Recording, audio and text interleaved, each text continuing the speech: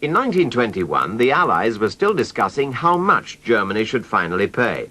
Aristide Briand, the French Prime Minister, wanted a definite sum to be fixed quickly, and Germany made to pay. The rebuilding of war-damaged France was costing the country a great deal of money.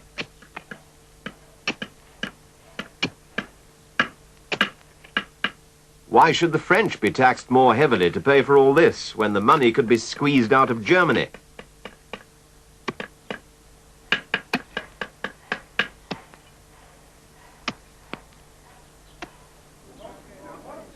But the Germans, who'd been summoned to hear the Allied demands, protested that these would place an intolerable burden on their people. They'd argued that the Germany to which they were returning had suffered poverty and unemployment in the years since the war, and couldn't afford the vast sums demanded by the Allies.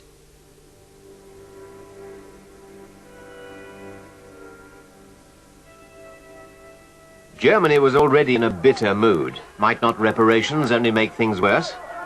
But these arguments didn't impress the Allies, who fixed a sum of £6,600 million for the Germans to pay. That sum would have to be paid in goods as well as money. Most would come from here in Ruhr, the industrial heart of Germany.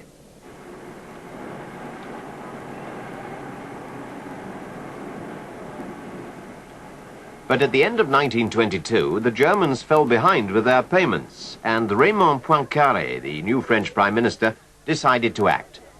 If Germany wouldn't pay in full and on the nail, then France would help herself.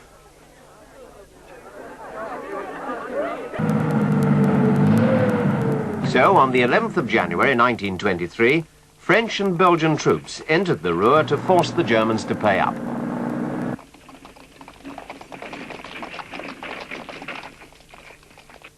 There was, of course, after Versailles, no German army big enough to stop them. At first, the French believed that they could make the Germans work for them.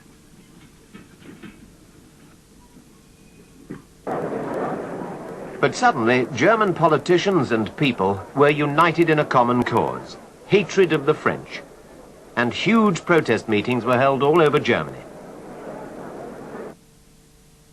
Workers in the Ruhr refused to cooperate with the enemy, and the German government supported the strikers. Germany's industrial heart stopped beating, and the goods trains, which should have been carrying German wealth to France, lay idle in the sidings. The French hit back by bringing in their own workers to get things moving again.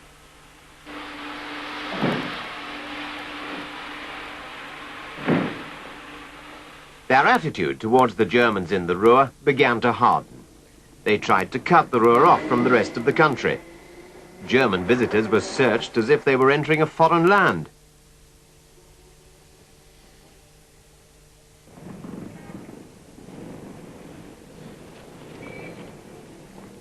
They deported the leaders of the passive resistance, German officials, and even the police. The result was violence. German workers had been killed in riots at Essen in March. Their funeral was turned into a vast demonstration of protest. Hatred grew. Germans began killing French soldiers, and at the funeral for one of them, tempers flared into acts of brutality.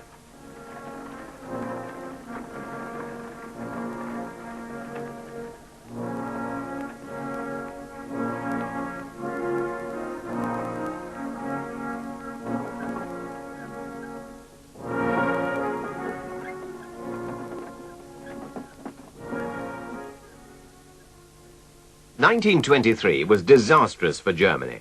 In that year, the great German inflation reached its peak. For some time, the value of the mark had been dropping, and as the value of the notes decreased, so the amount of notes needed to buy things grew. Banks became more and more hard-pressed to meet the ever-increasing demand for paper money. For their customers, suitcases replaced wallets. To meet this crisis and pay the strikers in the Ruhr, the government simply printed more money. And as it lost its value, so it cost more and more to pay wages, to buy food. Hundreds of thousands. Millions, whatever figure was printed on the notes, really meant nothing. The German mark was worthless. As in a fearful dream, people's life savings were blown away like leaves in a gale.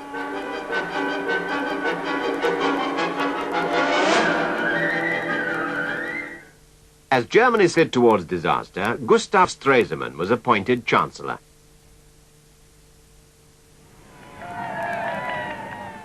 It was a time of crisis. The loss of production in the Ruhr was making inflation even worse, and Stresemann realized that the only way to help the economy back to normal was to call off resistance there and get production going again. The government also announced that Germany would resume the payment of reparations. It was the only possible way of getting the French out.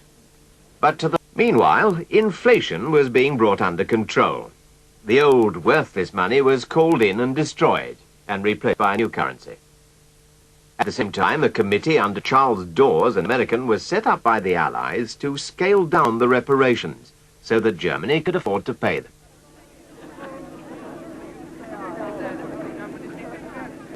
The German leaders came to London in 1924 and agreed to accept the Dawes plan. Stresemann's policy of cooperation began to pay off at that meeting. The French agreed to pull out of the Ruhr within a year. Their occupation had been unpopular with their most important allies, especially Britain, who had refused to support their attempt to humiliate Germany.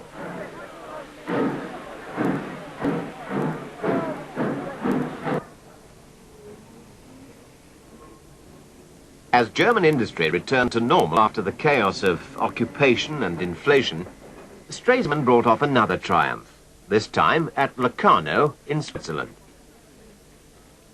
Under the Locarno Pact of 1925, France, Belgium and Germany agreed to respect the frontiers between them, and Britain said she'd support any country that was invaded.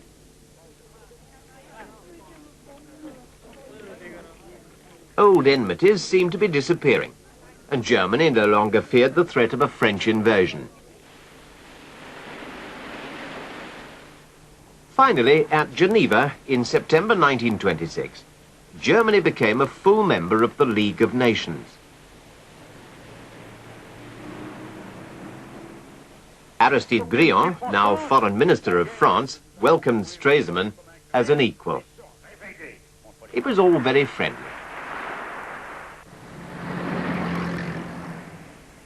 By now, life in Germany appeared to be returning to normal.